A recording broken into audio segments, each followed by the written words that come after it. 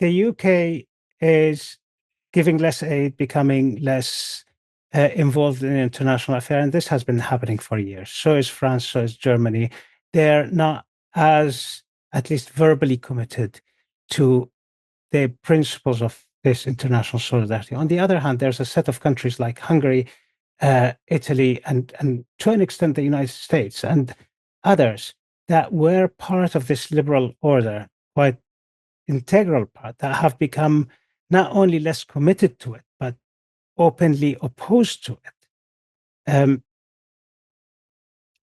If we talk about the UN as an institution that intends to do well within its mandate, what is it doing, and what is it failing to do or unable to do in the midst of a political backsliding, as you called it, Mark, like a democratic backsliding globally? What should we expect from the UN? On a very practical level, all these funding cuts mean that the US will be less involved around the world, that peacekeeping operations will not be able to fly helicopters at night, or that there will be less aid reaching people who need it, or they'll be meetings will have to be shorter because they can't pay translators to stay after hours. So on a very practical level, we should expect less from the UN going forward. I mean, big picture, I think the fundamental challenge that, we, and by we, I mean, citizens of the world will face in the coming years if this trend continues, is that a lot of the progress that we've seen over the years, on development in particular and on health in particular. I know those of us steeped in global health and development often look at what's gone wrong. But if you look at it big picture, since I started my career, again, like 20 years ago until today, there has been progress against nearly every single indicator on global health and development that you could measure. Sometimes the progress was slow.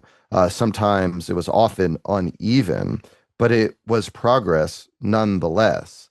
Now I fear we're entering into an era in which a lot of that progress will be either stalled or reversed. And we haven't lived in a world in which there isn't slow and steady progress against ending extreme poverty, reducing HIV/AIDS, against all of these indicators. And sort of what does that mean for the functioning of an international system at a governmental level, but also just for individuals who live in this world, to know that we are entering a period, an era in which that slow and steady progress can't be guaranteed. There are multiple arguments, but the numbers are getting better all the time. And it's true in absolute terms, but also in inequality in that progress is quite significant. But as someone who has worked um, in conflicts and emergencies, I'd say I've been in more places than I care to count where everything got worse. I mean, my country, Syria, is one of them. But if you look at most African countries that have suffered through conflicts in the past 20 years, the people have experienced so people have experienced certain deterioration in mortalities, morbidities, and some of them are augmented by others. Measles mortality has reduced massively for a long while child mortality of infections fluctuated, malaria changed. But it my fear is that we think of what we, as the people who live in places that haven't seen that, will struggle with. Like, it's almost everybody's world has ended or got screwed for a long time. It's now coming to touch us, and that is the climate crisis. That is the governments that being elected. Um, is that sense of do you think that sense of impending, like, crisis that will actually injure the rich, not only the poor, a motive is going to be a motive for doing better? I mean, yes, we did get a pandemic treaty when disease touched the North as well as the South, but the US wasn't involved. And I think it's instructive to think about whether or not governments care that their citizens die. Because we have good evidence that some governments do not, right? The US government does not care if Americans die. It is a murder regime in that way, right? It is an actively pro-death government. So we shouldn't be surprised when that casts out to the global scale also. Now, I think this goes back to your point about what we should expect the alternative to a liberal caste multilateral system to be. In a world of retreat from the kinds of multilateral institutions that we have now, we have a couple of different options, right? One is the option of isolation or withdrawal, right? And that's, for example, what we see in the UK or the German case, right? Pulling away from funding these organizations. That's the condition of, in some ways, benign neglect. I don't mean that to say it's a good outcome. I mean that to say that the goal is not to explicitly turn the system into one that is actively illiberal. When we look at the United States, the stated purpose of the foreign policy of the United States is to build an illiberal system. It is not just retreat, right? And that's the other alternative. It's not a decaying multilateralism that is primarily upheld by multilaterally minded small and medium income states, right? Who are the true engines of multilateralism, right? Good multilateralist states in the world are poor states that know they can only survive with global cooperation, and medium income states that find that their stake in the world is greatly enhanced by it, right? Powerful states often think they can get what they want. Wealthy states often think they can get what they want without multilateral arrangements, right?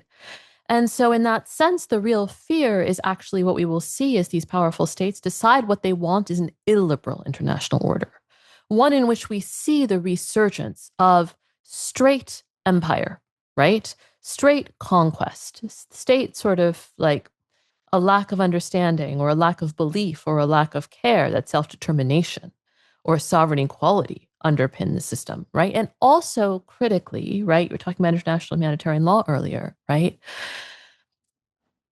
A full-scale pushing back from the idea that the legitimate functioning of war is not carried out on the backs of civilians, right? Or that there are not laws to war, that there are not boundaries on what we can expect states to do.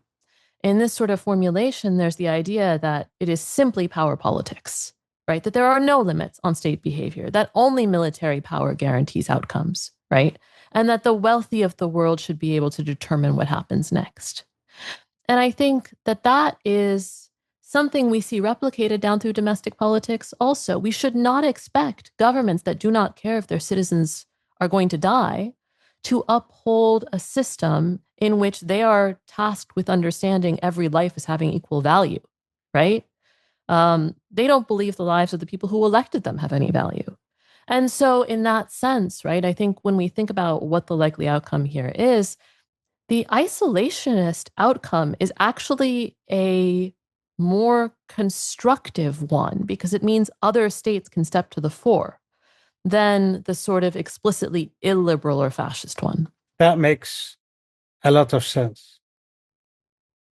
It is also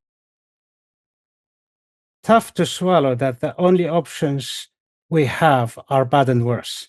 Yeah, it's a real shit show. I take bad over worse. I mean, I take bad over worse, but are we really in a world where the only options are bad or worse? I mean, and agreeing that invariably we can, us who have this platform or in our privilege, have the option to take the bad. A lot of people are taking the worse with no choice.